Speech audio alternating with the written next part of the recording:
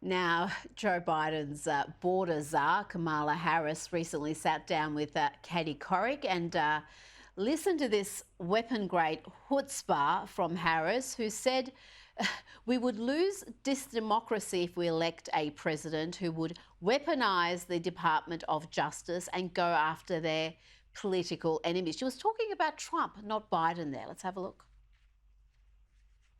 November of 2024, binary. And on the other side, you've got someone who has said that if he were back in office, he would weaponize the Department of Justice. Someone who has openly applauded insurrectionists as patriots. Someone who has said that they will go after their political enemies and applauds dictators, indicating that he would be one. So let's be really clear about what's at stake. And then, yes, of course, there is then a desire that let's get out there because we can't lose this democracy. You know what? I don't know if chutzpah covers it. I mean, that is just extreme gaslighting and projection, considering what's happening in the US right now. Before I let you go, Josh, let's have a look at this Saturday Night Live skit. This mob are not just painfully unfunny, but utterly clueless. Hasn't lost a step. Trump did have a slight stumble this week while talking about banks, and he introduced an interesting new term called debank. We're also going to place strong protections to stop banks and regulators from trying to debank you. They want to debank you, and we're going to debank. I don't know what the hell debank means, but he might have to take de-ambulance to see the doctor.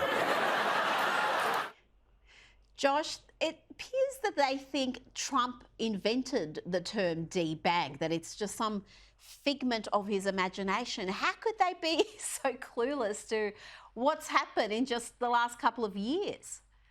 Yeah, Rita, some of us have been writing about this problem for at least 4 or 5 years now. I mean, this term has been around in discourse for a while. It happens to point to an extraordinarily troubling phenomenon, by the way, which is where, we've seen it time and time again. Bank of America a few years ago stopped taking as customers new Second Amendment, new gun rights organizations. I think the NRA found its own banking account sapped from the Bank of America, if I remember correctly. Some figures on the right, like Laura Loomer, have been totally sapped of their access to PayPal and Venmo and various other financial intermediaries like that. This is a big problem because what you're dealing here with people's access to capital. You're dealing with people's ability to save, to invest, to take out loans, to build businesses, ultimately to build the means with which to thrive and to flourish and to pass down intergenerational wealth, God willing, to their children. So this is very, very serious stuff.